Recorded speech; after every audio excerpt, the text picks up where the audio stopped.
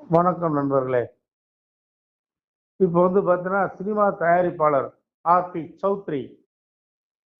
உங்களுக்கு எல்லாருக்கும் தெரிஞ்சிருக்கும்.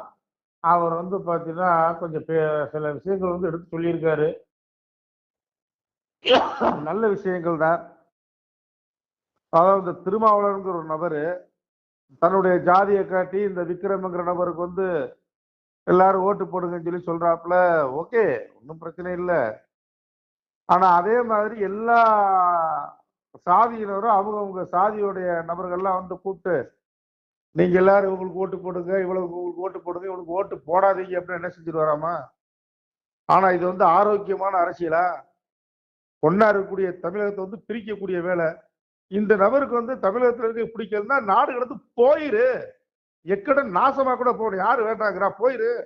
எதுக்கு இங்க இருந்து வந்து தேவையில்லாதபடிக்கு வந்து ஜாதி சண்டை இழுத்துக்கிட்டு இருக்க? ஒண்ணா இருந்த அண்ணன் தம்பியாட்டம் பழகிட்டு இருந்தவங்க இந்த சனியை எப்ப வந்ததோ அப்பவே வந்து ஜாதி பிரச்சனை வந்துருச்சுங்க. உண்மை அதுதான். நான் சொல்றத நீங்க தப்பா கூட எடுக்கலாம். நீங்க கடந்த கால 93க்குள்ள நடந்ததெல்லாம் வந்து எடுத்து பாருங்களேன். எங்கேயும் வந்து இவ்வளவு ஜாதி துவேஷம்லாம் கிடையாது. எங்கேயோ ஒண்ணு ரெண்டு நடக்குது அப்படியே மறைஞ்சிரும். இந்த நபர் வந்து உள்ள வந்தாரு. அத்தோட தமிழ்நாடு நாசமா போச்சு.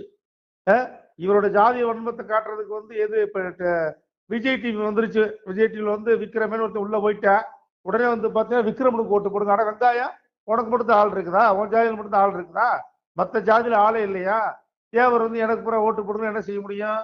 நாடார் வந்து எனக்கு பூரா ஓட்டு போடுங்க என்ன செய்ய முடியும்? கவுண்டருக்கு வந்து எனக்கு பூரா ஓட்டு போடுங்க என்ன செய்ய முடியும்? ஒண்ணுமே பண்ண முடியாது உன்னால. ஜாதியை வச்சு நீ அரசியல் தான் பண்றன்னு பார்த்தா ஜாதியில வச்சு நீ சண்டையில் இழுத்து விட்டுட்டு இருக்க. முதல்ல உன்னெல்லாம் தூக்கி ராஜா சொன்ன மாதிரி தூக்கி உள்ள வச்சு என்னென்ன செய்யணுமோ அத்தனை வேலை உனக்கு செய்யணும்.